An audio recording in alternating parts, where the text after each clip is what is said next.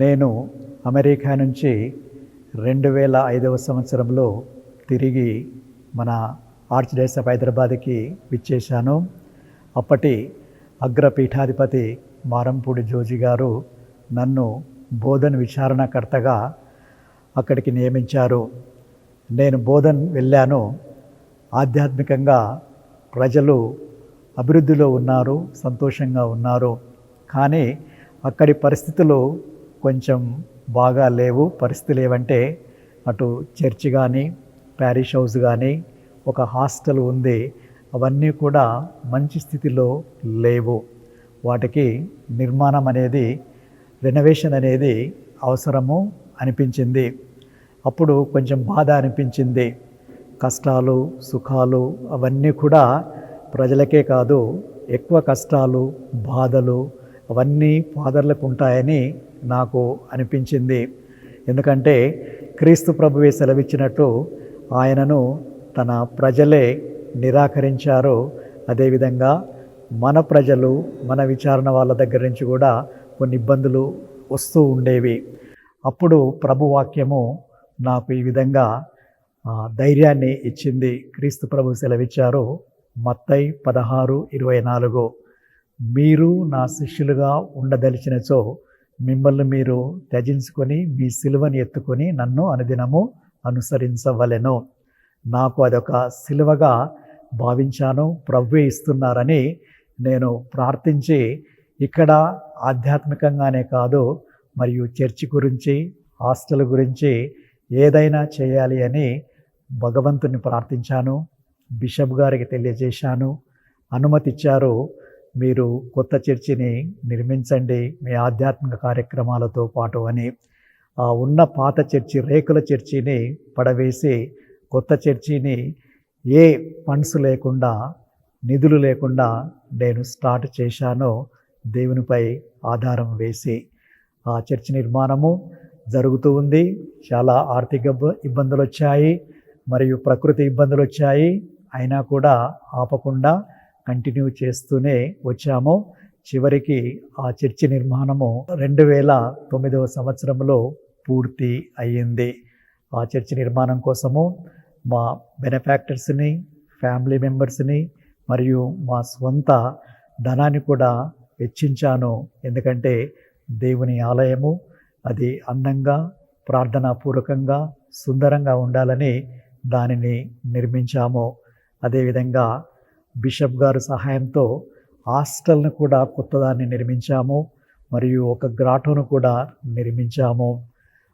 ఫిబ్రవరి 22, 2009లో inauguration church, hostel మరియు దేవమాత గృహ చాలా వైభవంగా అప్పటి అగ్రమేత్రాన్లు మారంపూడి గారి చేతుల ద్వారా అది ఆశీర్వదించబడి ఇనాగరేషన్ చేయబడ్డాయి.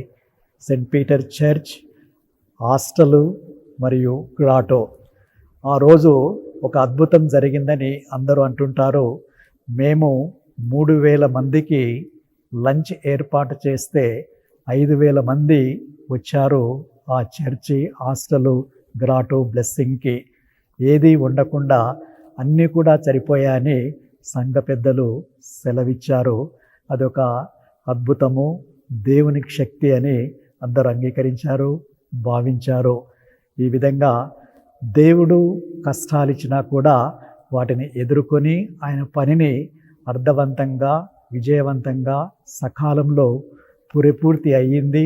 అది దేవుడు నా పైన ఉన్న అనుగ్రహము, శక్తి అని నేను భావిస్తూ సంతోషంగా, ఆనందంగా నా పరిచర్యను అక్కడ ముగించి వచ్చాను. తరువాత బిషప్ గారు చెప్పారు, మీరు ఆధ్యాత్మికంగా ఎంతో అభివృద్ధి చేశారు.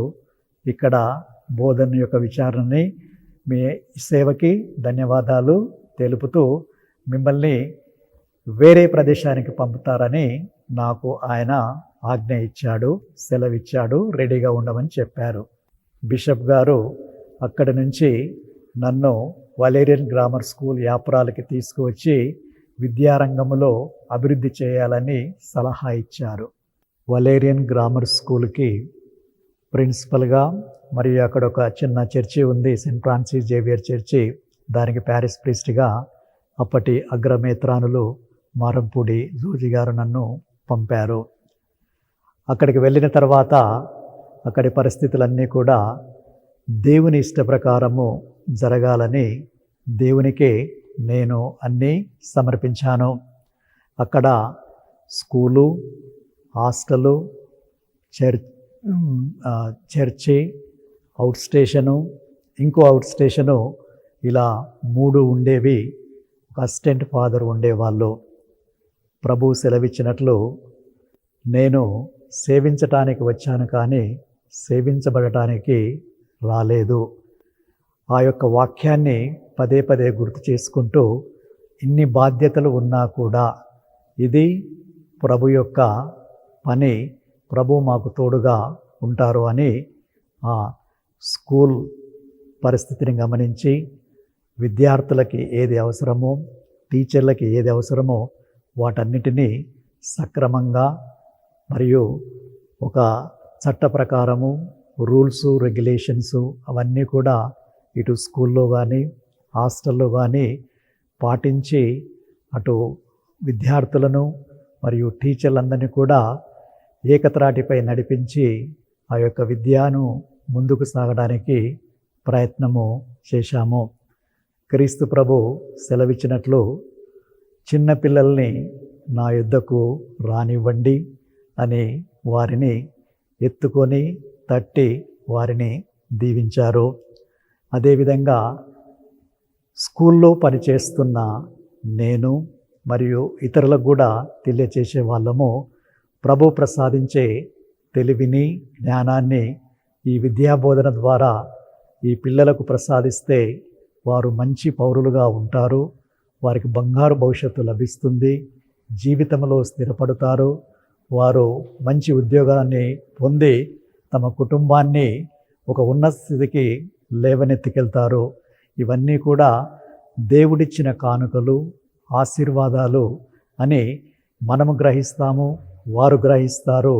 కాబట్టి అంకిత భావముతో, భక్తితో మీ యొక్క విధులను నెరవేర్చండి అని వారికి సూచనలు ఇస్తూ, వారిని నడిపిస్తూ, వారిని ప్రేరేపిస్తూ ఈ విధంగా ముందుకు తీసుకువెళ్ళాము. ఆ యొక్క వలేరియన్ గ్రామర్ స్కూల్లో, ఆ ఫ్రాన్సిస్ జేవియర్ చర్చిలో, అక్కడ ఉన్న హాస్టల్లో అదంతా కూడా ప్రభు యొక్క దయ వలన విజయవంతంగా మేము పూర్తి చేయగలిగాను. అటు నుంచి నేను సెయింట్ జోసెఫ్ స్కూల్ తిరుమలగిరికి ప్రిన్సిపల్గా వెళ్ళాను. అక్కడ కూడా సమయాన్ని కానీ, టాలెంట్స్ని కానీ, మరి మిగతా వనరులన్నీ కూడా అక్కడ ఉన్న విద్యార్థుల కోసము, టీచర్ల కోసము, పేరెంట్స్ ఏం ఆశిస్తున్నారో వాటిని అన్నిటిని కూడా నెరవేర్చడానికి వినియోగించాము, ఉపయోగించాము. దానిని ప్రభు కృప వలన, దయ వలన సాధించాము. ఇవన్నీ కూడా ప్రభు తన సేవకులకు ఇచ్చే గొప్ప అవకాశము, ఆశీర్వాదము, కానుకలు అని భావించి ప్రభు కోసము ఇవన్నీ కూడా నెరవేర్చుకుంటూ వచ్చాను. అటు నుంచి నేను సెయింట్ మేరీస్ జూనియర్ కాలేజ్ సికింద్రాబాద్కి ప్రిన్సిపల్గా వెళ్ళాను. అక్కడ ఇంటర్ విద్యార్థులు, అక్కడ కొంచెం డిఫరెంట్గా ఉంటుంది వాళ్ళ యొక్క స్వభావం కానీ, వాళ్ళ యొక్క చదువులో ఉన్న ఆసక్తి కానీ. అయినా కూడా మరి ఒకసారి ఆ తల్లి పేరు మీదనే ఉన్నది కాబట్టి ఆ కాలేజీ, ఆ తల్లికి సమస్తాన్ని సమర్పించి సమస్యలు కొన్ని వచ్చినప్పుడు తన కుమారుని పాదాల చెంత ఉంచి ప్రార్థించమన్నాము. సమస్యలన్నీ కూడా కొన్ని తీరిపోయాయి, అంతా కూడా సవ్యంగా సాగిపోయింది.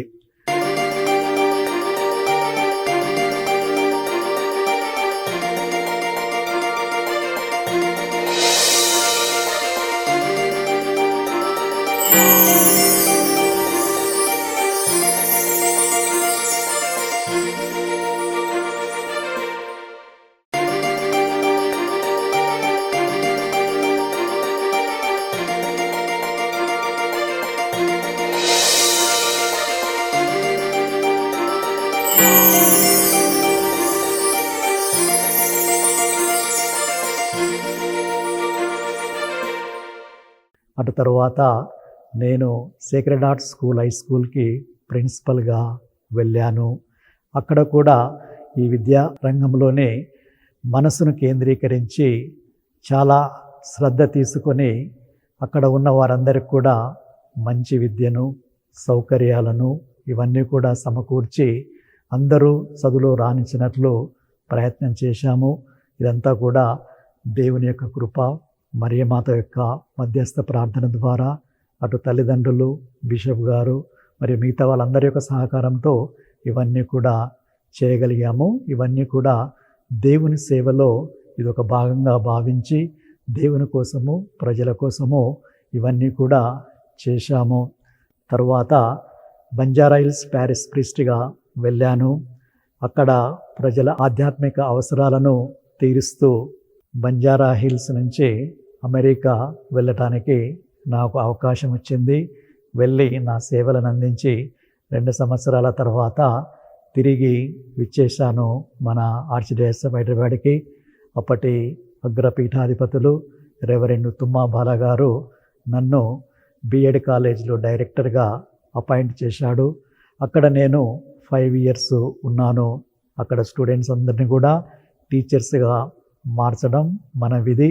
క్రీస్తు ప్రభు గొప్ప బోధకుడు, టీచరు.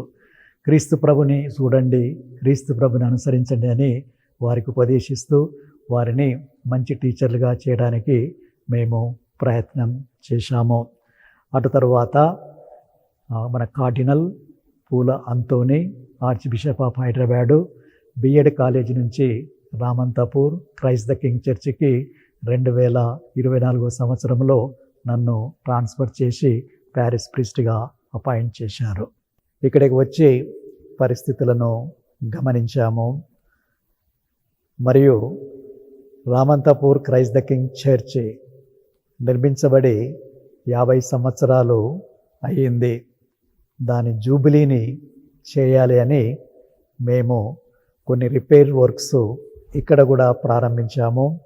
ప్యారిష్ హౌజు, కిచెను మరియు సరౌండింగ్స్ అన్నీ కూడా అన్నీ మంచిగా చేసి ఏర్పాట్లన్నీ కూడా మనము సమయానికి అందించి కంప్లీట్ చేసి జూబిలీని 2024 November 23 Christ the king feast రోజున ఎంతో ఘనంగా చేయడం జరిగింది. కార్డినల్ పూల అంతోని గారు మెచ్చుకున్నారు, ప్రజల్ని అభినందించారు. ముఖ్యంగా 50 సంవత్సరాలు విశ్వాస పందంలో వారు నడిచారు, ఇతరులకు ఆదర్శవంతంగా జీవించారు. మరి అక్కడ సేవ చేసిన ప్రతి ఒక్క గురువు కూడా అభినందనలు, కంగ్రాచులేషన్స్ తెలిపి ఈ విధంగా ఇక ముందు కూడా విశ్వాసంలో క్రైస్తవ బిడ్డలుగా ఉండి దేవునిపై ఆధారపడి మరియు ప్రభువాక్యాన్ని పఠించి ముందుకు వెళ్ళాలి అని సలహాలు ఇచ్చారు. అందరూ సంతోషించారు. రామంతపూర్ చర్చి అంటేనే చాలామందికి ఆసక్తి ఉంటుంది, సంతోషం ఉంటుంది, భక్తి ఉంటుంది. ఎందుకంటే ఈ చర్చిలో ప్రతి సండే ప్రజలు ఎక్కువగా వస్తారు పూజలకి. 7:30 గంటలకి ఇంగ్లీష్ పూజ, 9:30 గంటలకి తెలుగు పూజ. ఈ పూజలో ఎక్కువ మంది ఎందుకు వస్తున్నారంటే వాళ్ళు ప్రార్థనలో భక్తియుతంగా పాల్గొంటున్నారు. ముఖ్యంగా తెలుగు కానీ ఇంగ్లీష్ సింగింగ్ కానీ బాగా ఉంటుంది. ఇక్కడ గాయక బృందం అనేది చక్కగా పాటలు పాడతారు. ఏ ఫాదర్ వచ్చినా కూడా పూజ చేయాలనిపిస్తుంది అని వాళ్ళు అంటూ ఉంటారు. ఇది ఒక బ్లెస్సింగ్ క్వైర్కి కానీ మిగతా వాళ్ళందరికి కానీ. అందరూ కూడా ఇక్కడ బాగా ఉంటారు.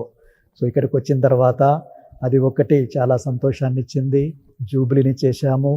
యూత్ ప్రజలందరూ కూడా కలిసి మెలిసి జీవిస్తూ దేవుని సన్నిధిలో ప్రార్థన చేయడానికి ఆసక్తిని చూపుతూ ఉంటారు. నిజమైన ఆదర్శవంతమైన క్రైస్తవులుగా ఇక్కడ విశ్వాసులు ఉన్నారు. దానికి చాలా నేను సంతోషపడుతున్నాను, ఆనందపడుతున్నాను. మరియు రామంతపూర్ విచారణలో అంబర్పేట అనే అవుట్ స్టేషన్ ఉన్నది. అక్కడ దాదాపు 60 కుటుంబాలు ఉంటాయి. వాళ్ళకి సెయింట్ ఫ్రాన్సిస్ జేవియర్ చర్చి ఉంది. అది కట్టి దాదాపు 25 సంవత్సరాలు అయ్యింది. అయితే వర్షం పడ్డప్పుడు ఆ వర్షపు నీళ్ళన్నీ కూడా దానిలోనికి వస్తూ ఉన్నాయి. చర్చి కూడా మంచి స్థితిలో లేదు. అప్పటి బిషప్ తుమ్మా బాలాగారు వారికి ప్రామిస్ చేశారు, మీరు కొన్ని డబ్బులు సేకరిస్తే చర్చి నిర్మిస్తామని. ఆ బిషప్ గారు అయిపోయిన తర్వాత ప్రస్తుతం మన కార్డినల్ పూల అంతోని గారు ఆర్చ్ బిషప్ ఆఫ్ హైదరాబాద్ వాళ్ళకు కూడా వెళ్ళి చూశారు. చర్చి నిర్మాణం అవసరం ఉందని వాళ్ళు పర్మిషన్ ఇస్తే మేము సెప్టెంబర్ లాస్ట్కి దాన్ని పడగొట్టి ఫౌండేషన్స్తో వేసాము. ప్రస్తుతం చర్చి నిర్మాణం అనేది జరుగుతూ ఉంది. అక్కడ గ్రౌండ్ ఫ్లోర్ అయిపోయింది, ఫస్ట్ ఫ్లోర్ స్లాబు త్వరలోనే పడబోతుంది. ఇది దేవుడు ఏర్పాటు చేసిన ప్రణాళిక. నేను కూడా ఆనాడు దేవుడు అటు రాయప్ప గారికి మరియు పౌలు గారికి తోమాస్ గారికి అవకాశాన్ని ఇచ్చి వాళ్ళు చర్చీలను సంఘాలను నిర్మించారు. ఇదే విధంగా దేవుడు కూడా నాకు కూడా ఇస్తున్నాడేమో. దానిని సకాలంలో పూర్తి చేయడానికి అవసరమైన నిధులు సమకూర్చుకోవడానికి దాని నిమిత్తము అందరూ కూడా ప్రార్థించవలసిందిగా నేను మనవి చేస్తున్నాను. దేవుడు ఈ అవకాశాన్ని నాకు ఇచ్చినందుకు నేను వందనాలు తెలియజేస్తూ దేవునికి ఎప్పుడూ నేను ఆ సేవలో ముందుకు వెళ్ళటానికి నాకు కావలసిన శక్తిని బలాన్ని ప్రసాదించి ఆయనకు ప్రియమైన గురువుగా జీవించే భాగ్యాన్ని దయచేయమని నా కోసం ప్రార్థించమని మిమ్ము కూడా నేను వేడుకుంటున్నాను. దివ్యవాణి ప్రేక్షకులకు తల్లిదండ్రులకు నా చిన్న సందేశము. ఈ నేటి డిజిటల్ యుగములో ప్రతి తల్లిదండ్రి తమ బిడ్డలు బాగా చదివి ఉన్నత చదువులు కంప్లీట్ చేసుకొని మంచి ఉద్యోగాలు చేస్తూ ఇతర దేశాలలో స్థిరపడి సంపాదించి సుఖంగా జీవించాలని కోరుకుంటున్నారు. మరి అలాంటి వారికి ప్రభు సందేశము మత్తయి 28, మార్కు 16లో మరొకసారి గుర్తు చేసుకుంటే క్రీస్తు ప్రభు సెలవిస్తున్నాడు శిష్యులకి ఆయన మోక్షారోహణం అయిపోయేటప్పుడు, మీరు వెళ్ళి సకల జాతి జనులకు సువార్తను బోధింపుడు, జ్ఞానస్నానం ఇచ్చి వారి నా శిష్యులుగా చేయండి అని. అంటే దైవ పిలుపు ఎంత అవసరమో అందరూ గుర్తుంచుకోండి. ఉదాహరణకి మన మేత్రాసనం, మన విచారణ, మరి మిగతా మేత్రాసనాలు, మిగతా విచారణలో మనకి సరిపోయినంత మంది గురువులు, కన్యాస్త్రీలు కానీ ఉన్నారంటే అది తగ్గుతూ ఉంది. కావున ప్రభు సందేశాన్ని అందరూ కూడా విని ఆలకించి ప్రతిరోజు ప్రార్థించండి. ఈ యొక్క గురువు పిలుపుని మఠవాస జీవితానికి ఎక్కువ మందిని పంపమని ప్రార్థించండి. ప్రార్థించటమే కాదు, మీ కుటుంబం నుంచి మీ పిల్లలని దైవ సేవకు పంపాలి. అది ప్రభు కోరుతూ ఉన్నారు ప్రతి కుటుంబం నుంచి. కావున ప్రార్థించండి, ప్రభు చిత్తాన్ని కనుగొనండి. మఠవాస జీవితానికి ఆసక్తి, ఇంట్రెస్ట్ ఉన్నవారి మీ పిల్లల్ని పంపి ఈ విధంగా ప్రభు సేవలో ఆ సువార్తను వ్యాప్తి చేసి దైవరాజ్యాన్ని స్థాపించడానికి మీరు వంతున మీరు సహాయపడాలి. ప్రభు కోరుకునేది కూడా అదే. కావున ప్రార్థించండి. గురువుల కోసము, మఠవాసుల కోసము. వాళ్ళు సేవ చేస్తున్నారు, బాధలను అనుభవిస్తున్నారు. అవన్నీ కూడా అధిగమించి క్రీస్తు కోసం, ప్రజల కోసం, దేవుని మహిమ కోసం జీవించే భాగ్యాన్ని ప్రసాదించమని వేడుకుంటూ ఈ చిన్న సందేశం ద్వారా మీరు మరిన్ని ఒకేషన్స్ని మీ గ్రామం నుంచి, మీ కుటుంబం నుంచి, మీ విచారణ నుంచి మేత్రాసనానికి మరియు ఇతర మేత్రాసనాలకి పంపవలసిందిగా మనవి. చివరగా నన్ను మలచిన దేవా అనే ఈ కార్యక్రమం ద్వారా నా యొక్క గురుత్వ జీవితాన్ని ఒక సాక్షి రూపంగా మీ ముందు పంచుకోవటానికి అవకాశం ఇచ్చిన Divyavani CEO father Lourduraju, programme director father Prashant, వారి సిబ్బందికి నా హృదయపూర్వక ధన్యవాదాలు తెలుపుతున్నాను. దేవుడు మిమ్మల్ని అందరినీ ఆశీర్వదించి కాపాడాలని ప్రార్థిస్తున్నాను. God bless you.